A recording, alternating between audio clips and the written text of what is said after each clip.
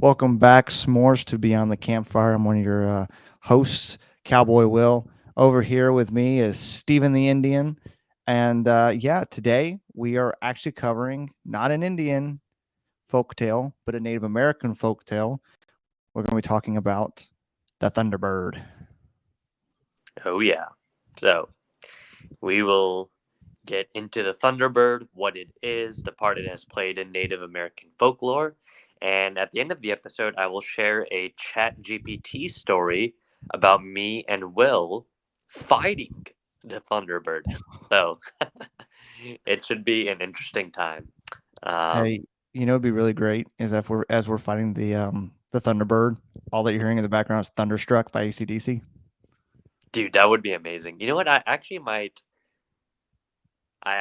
play that while I'm reading the story. We're going to get copyrighted strike probably if you do that.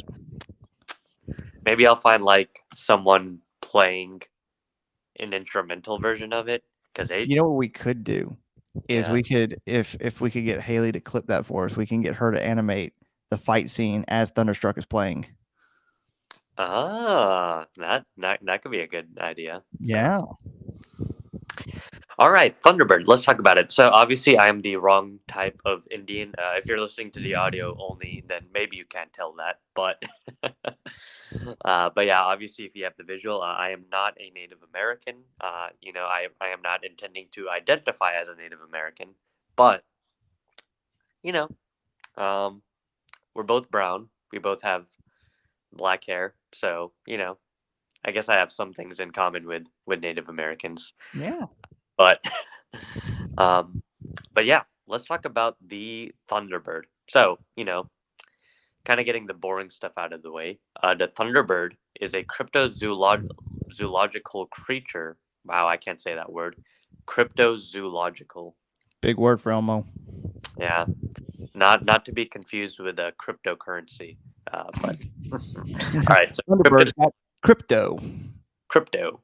Dogecoin. Mythological creature associated with large bird-like animals that live anywhere from northern Canada to Alaska down to Central America. Similar animals often appear in Native American mythology. Some tales tell of enormous eagles strong enough to carry whales back to their nests. Since pioneers began moving west across the North American plains, sightings of large birds have been reported. Similar stories appear from civilizations around the world.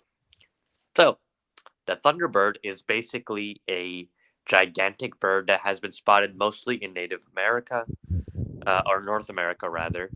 And basically, the idea behind it is a bird so large that when it flaps its wings, the wings flapping against each other make the sound of thunder, which is why it's called a Mm. thunderbird. Native Americans have reported that they knew that the bird was approaching because they could hear the sound of thunder approaching, and this was a sign for them to get into their homes, lest they be taken by the thunderbird, who then carries them away to be eaten. So, um, here are some alternate names. I'm usually the skeptical person, but there are a lot of Native American tribes that believe this thing to exist, which makes me wonder if there's this many tribes that have independently come up with it. Maybe, just maybe, there's something to it. I don't know. Well, I don't know. Before I read the names, Will, I don't know if you had any thoughts on Well, now I got a real reason to be afraid of a thunderstorm. that. It's an army of uh, Thunderbirds coming to take lightning, me right? every time I hear thunder now. I was watching an Instagram reel the other day, and it said, "My female friends who are under 5'2" do not go outside. I saw some eagles flying around. It's just like No, no. See, our short friends are friends with the eagle because they're going on an adventure. You know, the Hobbit. I do know the hop. Yeah. So, all right. So, here are some of the names that have been accredited to this creature. So the So tribe, Sioux. I might have badly butchered that name. They call it the Wakenyan. Um, there's the Anishinaabe tribe, which calls it the Animiki. Animiki. Don't say that 5 times fast. You have the Arapaho tribe, which calls it the Boho. Um, you have the Gros Ventre tribe, which calls it the Baja. Now, Baja Blast, not to confuse Baja Blast, you know. Uh, I think I've mentioned on the show my obsession with Baja Blast. Have I? I think Will? so. Yeah, maybe. Okay. Well, S'mores, if you didn't know, you get some Steven lore today. I am absolutely obsessed with Mountain Dew Baja Blast. Will has told me that maybe I shouldn't be. Yeah, because you want to know something interesting? I've never ever had a sip of Mountain Dew. Really? Never, I'm really never. surprised. Oh, Because wait, my wait, wait. mom, No, I'm actually not surprised because you've told me why. yeah, because my You want mom to? told me at first when I was little, she's like, if you drink Mountain Dew, you won't grow. You'll end up like the little people on TLC. Then as I got older, she realized that lie probably wasn't cut it. So then she told me, oh, if you drink Mountain Dew, your pee pee will get small. And I was like, you know what? I'm not taking any risk there. So I don't want to be short and I don't want to have a small penis. So here we are. Never had a sip. There you go. So I guess apparently I'm both of those things now, or have both of them. But It's anyway, funny. It's funny because Steven's like taller than me by like an inch. yeah. Yeah. Did Anyway, you know Mountain Dew started out as actually a whiskey mixer? I did not know that. Mhm. So the whole point of Mountain Dew back in the old days was to mix whiskey and moonshine. Interesting. There was a Mountain Dew drink called a Dew Shine that they had for a limited time. Um, I liked it. It was pretty good. But anyway, all right. So we will get into the legends of the Thunderbird. Um, oh, you know what? I should have told ChatGPT not only to write a story about us fighting it, but us defeating it by drinking Mountain Dew or something like that. I don't know. That would have been so dumb. What wasn't there like because one the reason why I mentioned that is because there was a commercial with like the hillbilly guy, and it was like Mountain Dew, yoo or something. That's what we scream Possibly as we like defeat the Thunderbird. defeat the Thunderbird. So, I put in some details about us as people. So if you see something that sounds like, oh, that's like really really familiar, um, it's because I gave ChatGPT details about our lives. So we will see what Oh, it does with that. Okay. Anyway, okay. So the legend: Native tribes all across North America have stories depicting enormous birds of prey. Some stories told that these birds were so large and powerful that when they flapped their wings, thunder was created, as I said earlier.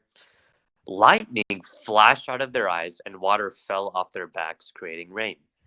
The tribes used thunderbirds to explain some of the things that happen naturally, such as storms and other forms of weather. The legend of the Passamaquoddies, for example, described the quest of two Native Americans in search of thunder high in the mountains. Other stories said that there was a thunderbird who battled an enormous killer whale. When the two beasts fought, they destroyed so much of the land that they knocked down trees and caused much destruction. Although dangerous and powerful beings, the thunderbirds were also seen as benevolent nature spirits, and they sometimes assisted the tribes in their search for food during periods of famine. The igneous rocks known as thunderstones are the eggs of these creatures, according to some legends. So, that's on the background. Now, normally, I am not a fan of legends. Like if a Native American tells me, "Oh, there's spirits lurking in the woods," I'm like, "Okay, dude, whatever." Like, uh, not to be racist, but it's like, okay, you smoke some peyote and now you're like saying things, right? dude. By the way, guys, that's an episode idea I had for Patreon. Is for me and Steven to illegally get peyote and do peyote and then do an episode. Just to give you guys some lost content, because as many of you s'mores know, I am a law student. There's actually a 1993 Supreme Court case about peyote. Did you know that, Will? Yeah, it outlawed peyote to where only tribes can use it for tribal use. Yep. Yeah, basically, there was some Native Americans and they were smoking it, uh, not during their job, but kind of like after their job, and their job fired them and said like, hey, you can't be smoking peyote, and they sued and they said, hey, we should be protected under the Religious Freedoms Act, and we should have the right to smoke peyote as part of our um, ritual, and that case has actually opened up a lot of other interesting cases of how far does religious freedom go in the U.S. Because Hmm. you have conservatives saying, well, religious freedom really only applies to Christians because all of the people are Christians. Then there's some other people that are like, well, no, you can extend it to past Christians. But then you get into the thorny question of Satanists and like, do Satanists have the right to do some things? Um, Recently, the Satanic Temple had cited that peyote case to say, hey, we're going to authorize abortion as a sacrament under our Satanist religion. And so we should be allowed to have abortions under. Anyway, this isn't a political podcast, so I won't get into No. all the intricacies of that. Maybe I'll talk about that on Beyond the Culture. Yeah.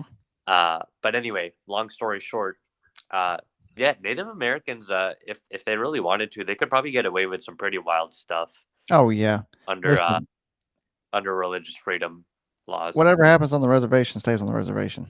There you go. Yeah, Hey, and we don't. but speaking about peyote, all I can think about is there. You, I think I showed you the movie Young Guns. All I can think about is that scene from Young Guns when they're high on peyote. They Oh, yeah, can't see us because we're in the spirit world, asshole. right. Oh man. But anyway, so getting away from that very long tangent about smoking peyote and being in the spirit world, I have never smoked anything in my life, but Dude, well, I feel like one day you would convince me to smoke peyote, and you and me would just gonna smoke peyote one day. But I never want to do drugs except for one time. There's only one time I would ever do drugs, and it'd be to do acid and then listen to the song Fly Like an Eagle by the Steve Miller Band. I could just imagine how great of a trip that would be. Flying on a Thunderbird through like tie dye, it'd be like magical. there you go. Well, you will be alone in that because I feel like there's a lot of things you can convince me of doing, but I think acid might be a little much for me. But okay, What anyway, about cow shrooms? The cow uh, patty shrooms. Doing the tea. lest I incriminate myself to my future bosses, I will plead the fifth. Well, But hey, listen, if this works out, I am your boss. that's true. That's fair. That's fair. Okay, here we go. So there have been some actually modern Thunderbird sightings, believe it or not. Mm, Which, like I said, the legends on their own is not enough to make me say, yeah, I'm going to believe in this thing. yeah. But I was like, okay, some modern sightings. I was like, okay, there might be something to that. So in 1977, there is the famous or infamous Lawndale, Illinois Thunderbird attack. So in Lawndale, Illinois, supposedly a man was attacked by a Thunderbird. So here's what happened. 1977, you have Lawndale, Illinois. There was a reported attack by two unidentified birds on a young boy. The attack occurred on July 25th, 1977. 10-year-old Marlon Lowe was playing outside when he was suddenly attacked by two large birds, one of which temporarily picked him up and carried him over 30 feet before Marlon's mother, Ruth Lowe, ran to her son's rescue, chasing the birds away and recovering her traumatized son. Reportedly, several eyewitnesses had seen the attack take place.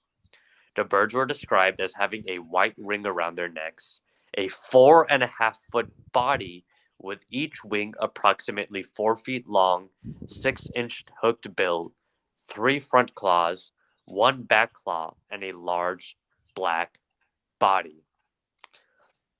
Uh, Native Americans have described The Thunderbird looking uh, not exactly like that, but similar to that. And I'm gonna have to send you these drawings of the attack. So some of the eyewitnesses uh, reported the attack to police, and police drew sketches. And so I'll have to send you the two sketches. But an official report was filed. The police investigated. They didn't see the birds again. But again, you had several eyewitnesses saying, "We saw these two giant birds. We saw them lift this boy 30 feet in the air, and we believe that it was the Thunderbird of legend." So, Oh man. Will, thoughts on that? Well, I think my childhood fear is being reawakened. I used to have a fear of um, seagulls. It You was either did. seagulls or pelicans. I used to have nightmares as a kid about these gigantic pelicans that like would break in my house and steal me away. And I was traumatized, man. Like it, and now it's coming back, man. You're reawakening my childhood trauma. There you go. It might have been a Scooby Doo episode that made me fearful of them. Maybe. Okay. I'm gonna say this. And well, actually, let me talk about the smaller sightings because this was the biggest sighting in recent modern history. Yeah. Um, but yeah, I'll talk about some of the other ones, and then I'll get to why. I mean, spoiler alert, but I don't think Thunderbirds are real. Um, Mm, I I think people have seen some big birds from far away, and I think they've underestimated the size of the thing. Now, the Lawndale, Illinois episode's interesting to me because those people actually claimed the bird picked somebody up, which is different from some of the other accounts we hear of. Um, and it's unlike by human nature, not everybody has the same illusion at the same time. So, well, I'll talk about Lawndale in a second. I do think something happened at Lawndale. Um, I don't think it was necessarily Thunderbirds, but I do think there was something weird that happened. But I'm gonna yeah. quickly I'm gonna quickly fire off these smaller sightings that have been seen since, and then I'll get into why I don't think that Thunderbird exists. And maybe you disagree with me, Will. I don't know. I don't think I've given you enough information to have a verdict yet. But Hmm. okay, sightings of the larger bird-like creature have been reported for many years, at least since Europeans have been settling further west of the United States and Canada. One of the most famous reports comes from 1890 when two Arizona cowboys, so your people, two Arizona cowboys claimed to have shot and killed a large bird. It was described as having no feathers and it had a head similar to that of an alligator. The two men supposedly dragged the dead bird back to town after killing it. The report seems to suggest that this creature looked more like a pterodactyl or a dragon than any modern day bird. Today, cryptozoologists have referred to Thunderbird legends in the same way as flying cryptids, such as the Jersey Devil. These flying creatures are often associated with modern day pterodactyls. Many encounters with the creatures, including Thunderbirds, are all described similarly. So there's basically two Thunderbirds. There's the basically giant eagle creature with a white ring around his neck. That's the one that picked up the Lawndale, Illinois boy. Yeah. And there's the Thunderbird that looks like basically a dinosaur, like a pterodactyl. Um, both of those creatures have been reported on numerous occasions, at least by Native American tribes. Although in recent memory, there have been a few smaller instances of, you know, Americans, and not Native Americans, but like modern day Americans talking about some things. Hmm. So, what do you think so far? I'm definitely, I could definitely see a reason being for, for for a Thunderbird to be real. You know, I think even though we've moved out west, I still think there's a lot of uncharted land that nobody lives in. There's lots of desert that nobody lives in. I'm maybe there's caves in the Grand Canyon. There's no telling. Like we talk about, like and we'll probably talk about it on the podcast at some point, like megalodon or stuff like that. And like when we talk about the Loch Ness monster, the ocean is very deep. So it's like no telling what we could be down there. We could find some prehistoric dinosaur that's been dead for a million years and it's just been at the bottom of the ocean. Yeah. So I think that there is a chance that it could be real. I know there's like a lot of abandoned, you know, villages of, tribes people that like, Native Americans that lived in the hillsides that it could have made a nest in there. Um, there's plenty of caves I feel like that they could have settled down in and they could be undiscovered for a long time. Um, but again, and I mean, we'll probably say whether or not we think that this will be a blacklisted creature from our Patreon, but I'm down to go look for one. I think it's gonna be funny if Steven's sitting there all the time. Hey, this thing's fake, and then it like swoops down and takes him away, and he's like, it's not fake, save me. And that's where you pull out your shotgun and shoot it and hopefully save me. Yeah, and then we can drag it into town, get it taxidermied. Yeah. Well, hey, I do. We mentioned it before, but me and Will are both Christians. But I feel like God has a sense of humor, and watch that would be the way I go, wouldn't it? Just a giant I Thunderbird watch you, I down. watch you go up, and I'd be I, like, I thought when the rapture happens, we wouldn't be taken by giant birds. All right, well, that's it for the legends portion. So I'm gonna give my theory. I don't doubt people haven't seen birds, but I think with most people, what they're actually seeing are turkey vultures. So turkey vultures, they have a 6 foot wingspan. They usually are eating like dead creatures, and so I think a lot of Native Americans, I think when something ominous was about to happen, I think they would see a turkey vulture, and they must they mistook it for something much bigger than that. But my theory is, you know, these are people seeing turkey vultures, and they're underestimating the size. The Lawndale case is interesting to me because that's really the only case where this isn't people seeing it from afar, but this is people actually claiming the birds came and picked somebody up. Yeah, I don't have an explanation for that actually. So, um, if the Thunderbird does exist and that story is accurate and those witness reports are real, then that's one where I could say like, okay, maybe there are birds bigger than turkey vultures flying around. yeah. But what are your thoughts, Will? I think if the Lawndale story is true, and here's the thing too, is like I truly believe that you could say like you were saying with the Native Americans possibly seeing a turkey vulture and taking it as the Thunderbird. That could be true. And I do believe I really do love Native Americans in the way that they have ways to tell stories. There's like the Devil's Tower, which we might cover in the future on the podcast, which the legend behind that is truly crazy to think about. I think there's a possibility that it could be true. Um, I think we kind of mentioned a little bit like with the skinwalkers and with I'm trying to think of if we covered any. I think we haven't covered the Wendigo yet, but there's a couple creatures like that to where as a Christian, I kind of take a Christian point of view from it, and then an unchristian point of view from it. My unchristian point of view is there's a possibility that there could be such thing as a thunderbird. That there truly could be such a large bird out there that's flying around swooping up children. You know, my Christian side of it is as a Christian, we know that our Lord God, Christ protects us from demons. We might encounter demons, but we are protected from the Lord. And so, not to say, obviously Native Americans didn't know who Jesus Christ was. So the question is, did they get his protection? And if they didn't get Christ's protection, who's not to say Wendigo, Skinwalker, Thunderbird, these creatures that are not Native American legends, what if they're actually demons? The gigantic wingspan. What if that's a fallen angel flying over the land and it appears as a bird? That's my kind of thought. And Steven died again. What the heck is going on? Give us a moment. We'll figure this out.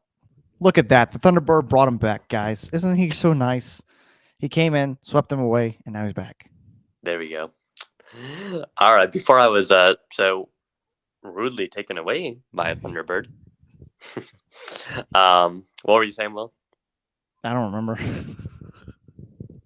You were talking about the religious perspective of it, of like Yeah, being. my religious perspective is that like for me, I view it as, because I mean, we encounter demons all the time. What if Native Americans didn't have the same protection we did? And a lot of their folk tales, like skinwalkers, wendigos, Thunderbird. What is going on? I keep talking about it, and they're getting to you, Stephen. The government is coming for us. We are cracking the code, and they're coming for you. Sorry, let me check. Can you hear me at least? Yeah, I can hear you. Okay, yeah, that's weird. I don't know. Okay, let me figure out my internet. The Ah, audio only people feel like, what in the world is happening? oh, he's back. Were you able to Oh, hear my there we go. explanation there? Yeah, I heard everything. Yeah, it's just my video went wonky for a second. So Uh, I'm okay, glad I hit the pause button. I off internet, so we should be good for the rest of it now. Yeah, I'm glad I hit the pause record because I don't think people want to go through my apples and oranges again. No worries. I'm learning, guys. Okay, well, I'm learning. we will wrap up the episode with the Chat GPT episode or a story about me and Will fighting the Thunderbird. So here we go. Will and Steven versus the legendary Thunderbird. In the rugged heart of the American West, where vast skies meet endless plains, there lived a cowboy named Will. He was a man of the land, weathered and wise, known for his quick draw and unmatched horsemanship. Will had spent years roaming the hills, but recently the stories of a legendary creature had piqued his interest. The Thunderbird, a majestic being said to control storms and strike fear into the hearts of those who crossed its paths. Far from Will's native town lived Stephen, a brilliant law student of Indian origin. He was passionate about preserving his people's heritage and had spent countless nights in the library poring over old texts that spoke of the Thunderbird. To Stephen, the creature was not just a legend, but something straight out of the Bible, a creature of demonic and possibly physical origin that soared high above the skies. One fateful evening, as dark clouds gathered over the horizon, Will spotted flashes of lightning dancing among the peaks. Whispers of the Thunderbird reached his ears, tales of his fierce wrath against those who disrespected the land. Intrigued and undeterred, he rode out to investigate.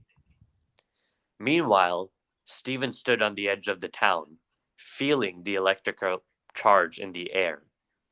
He'd heard the same tales, and he believed that the Thunderbird's reemergence was a sign of darkness. Determined to find answers, he set out toward the mountain, his heart racing with a mixture of fear and hope. He said a quick prayer, asking the Lord for protection as he and Will ventured into the unknown. Their paths crossed at a remote clearing where the wind howled and the thunder rumbled. Will, with his weathered hat and rugged demeanor, looked at Stephen, who stood tall and resolute, ready to confront the storm. The two men exchanged wary glances, realizing that they both sought the same thing to understand the powerful force they sensed nearby. I'm here to see the Thunderbird, Will said, his voice steady. I want to confront it, see if the legends are true. Stephen nodded, his dark eyes reflecting a mix of skepticism and determination. It's not just a creature to be fought, Will. It's a force of nature, a demon. We need to confront it with prayer and the Holy Spirit. Just then, a deafening clap of thunder echoed through the valley, and the sky darkened further. The ground trembled as a shadow emerged from the clouds, a massive figure with wings that stretched wider than the eye could see. The Thunderbird, a breathtaking embodiment of the storm, descended upon them with an intensity that froze them in place. Will instinctively reached for his revolver, taking aim and firing off a few shots. They bounced off the Thunderbird. The Thunderbird, unfazed, let out a loud and screeching roar.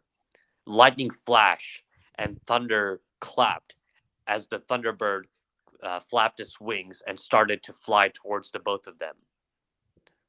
Stephen raised his hand. No, in the name of the Lord Jesus Christ, we rebuke you, he shouted over the roar of the wind. As the Thunderbird landed, the air crackled with energy. Its eyes glowed like molten gold, and its wings fanned out, creating gusts that nearly knocked the two men off their feet. Will, caught between awe and instinct, lowered his weapon, realizing that the only way to defeat this creature was with the power of prayer. Stephen called out again, in the name of the Lord Jesus, we rebuke you. To their surprise, the Thunderbird paused, its fierce gaze softening as it listened. The storm around them began to calm, the wind settling as if the creature was contemplating their words. Will, feeling a surge of bravery, stepped forward. In the name of the Almighty and powerful God, we rebuke you and call you away. The Thunderbird emitted a deep, resonant roar, shaking violently before finally flying off into the distance. Slowly, it lowered its massive head.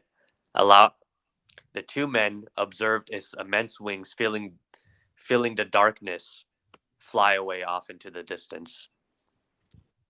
In that moment, they realized that their destinies were intertwined. Will's rugged strength and Stephen's wisdom combined represented a new way forward, a partnership that honored both the cowboy's spirit of adventure and the deep respect both had for their God. From that day on, Will and Stephen worked together, sharing their knowledge and skills to protect their community and to share the stories of their fearsome encounter with the Thunderbird. The Thunderbird transformed from a fearsome tale into a symbol of darkness, but a darkness that could be overcome by the brotherhood of two young men who loved their Lord and would do anything together. The two men had become guardians in their own right, standing against those who would harm the earth, always guided by the Holy Spirit of their God whom they loved. The end. You know what makes me kind of sad What is that? is that when I holstered my pistol, I was like, hell yeah, I'm fixing to ride that Thunderbird. Oh yeah. I was like, I'm gonna ride that thing into the sunset. You know, if I'd given it some different prompts, uh, I wonder if I don't know if we could have taken it on physically. That's why I kind of wrote it. I kind of gave it some prompts to write it the way it did. But Yeah, no, that makes sense. I thought it would have been wild had like when I was like I lowered my pistol and I understood, like put my hand out like How to Train Your Dragon style, and then like I hop on it and like I ride it off, and Steven's like, Cowboys, Catboys. damn Cowboys. Yep. Well, so that'll do it. Will, any closing thoughts before we finish up this episode? Make sure you guys follow us on Twitter and Instagram at Beyond Campfire. Don't worry, guys. I'm going to be posting our reels again. I was on holiday last week, which actually gave me an idea for a future episode, which I'll tell Stephen about later. But make sure you follow us, like I said, Instagram, Twitter, at Beyond Campfire. Follow us on TikTok at Beyond the Campfire. If you don't like just listening to us and you want to watch us and our facial features and whatever, you can find us on YouTube at Beyond the Campfire Podcast. Listen to us anywhere you get a podcast at Beyond the Campfire. Y'all have a good weekend. Don't do anything too crazy or too stupid, unless it's peyote or fighting a Thunderbird. But yeah, Y'all have a good weekend. Stay safe. And yeah, we'll see y'all later, s'mores.